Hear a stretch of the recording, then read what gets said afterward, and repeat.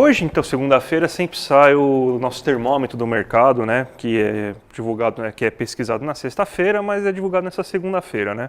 Então, o que a gente teve? Teve um anúncio do arcabouço fiscal, foi a notícia do dia, na semana passada, na quinta-feira, na sexta-feira. Aí a gente pensa, não, o mercado deve ter gostado, porque ele foi um anúncio bem pró-mercado, tentou agradar bastante, não teve muita mudança. Aumentou, inclusive, a perspectiva de inflação.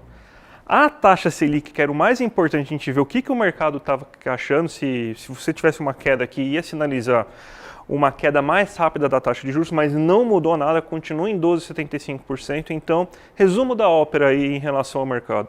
O arcabouço fiscal não fez nem cócegas no que o mercado está prevendo, na projeção de mercado. Inclusive, parou de cair, a inflação estava caindo, a inflação nas últimas semanas, a inflação voltou a subir, a gente não tem o efeito ainda da segunda notícia que a gente vai falar daqui a pouco.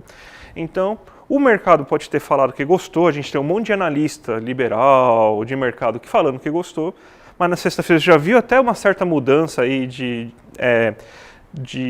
anúncio, né, uma certa mudança de postura dos analistas do mercado, falando não, que a regra fiscal está muito mentirosa, que não dá para chegar nesse valor que o Haddad está falando, então até mudou um pouco o discurso, né? Então o governo tentou fazer uma regra para agradar o mercado e não agradou o mercado. Então, mais uma vez, a gente tentando agradar quem não quer ser agradado nunca. O que estava todo mundo falando, né, André? E, novamente, esse negócio tem que se debruçar mais ainda do que eu já me debrucei, porque são muitos detalhes na história. Acabou de sair um thread aqui que a Laura Carvalho postou, que eu quero dar uma estudada. Ela sempre faz comentários muito, assim, sensatos e bem feitos.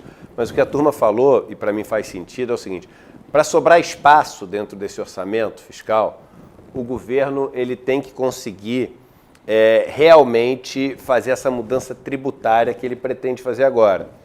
Só que a gente sabe da dificuldade no Brasil de você implementar a mudança tributária, né?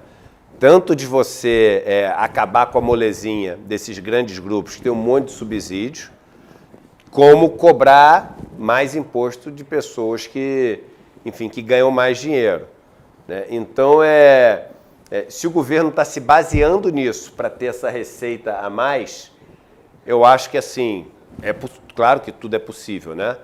Mas eu acho que, enfim, a gente tem que ter algum tipo de preocupação, porque mexer no bolso de quem no Brasil é super poderoso, que tem um monte de dinheiro, para fazer essa turma pagar mais, né, não é uma coisa simples.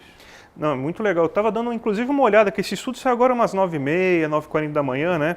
É o estudo do MAD, né, que é o pessoal que faz de macroeconomia do desenvolvimento, bem interessante, que ele mostra como que você teria uma queda dentro do governo Lula 1, 2 e Dilma, se você tivesse essa regra, e a gente tem uma melhora. Então, ele chega a ser um pouco anticíclico, mas ele prejudica bastante o governo na hora do crescimento. Então, o que a gente pode criar é o seguinte, o famoso voo da galinha, né?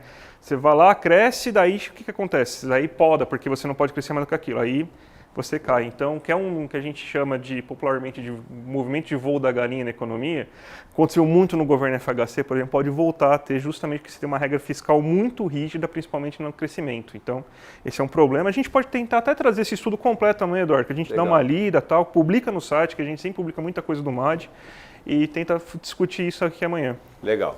Boa, André. E você vai falar para a gente também sobre a OPEP, que anunciou queda da produção de barril de petróleo, né? Exato. E aí a gente tem que lembrar que não mudou ainda o PPI, tem que cobrar o governo em relação a isso, porque você teve uma queda muito grande na produção de barril de petróleo, 1 milhão de barris de petróleo a menos por dia, e você já está tendo um efeito grande no preço do barril de petróleo no mercado internacional. A gente tem o gráfico, acabei de tirar o gráfico aqui da cotação no mercado, aqui, ó. Olha como que você tem essa mudança. Ó. Isso aqui era como que estava sendo cotado ontem.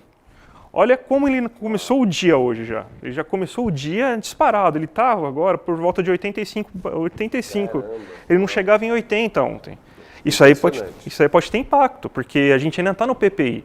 Se isso vier para o preço da gasolina e do petróleo, e com o PPI ele tem que ir, é uma regra da Petrobras, a gente não mudou essa regra, ainda precisa ser mudado urgentemente, isso vai dar um impacto muito grande. A gente vai ter problema de inflação de combustíveis. A gente estava tendo uma perspectiva de que alimento e combustível ia dar uma trégua agora e a gente teria meses mais tranquilos.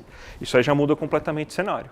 Esse anúncio mudou completamente o cenário. Então, Agora, a próxima coisa, sair um pouco, a gente está falando muito de arcabouço, está falando muito disso, tem que lembrar a questão do PPI, que foi uma coisa que a gente bateu ano passado muito forte, e a gente tem que voltar a bater forte nisso, tem que acabar com esse PPI, porque senão impacto inflacionário muito pesado para o bolso do brasileiro.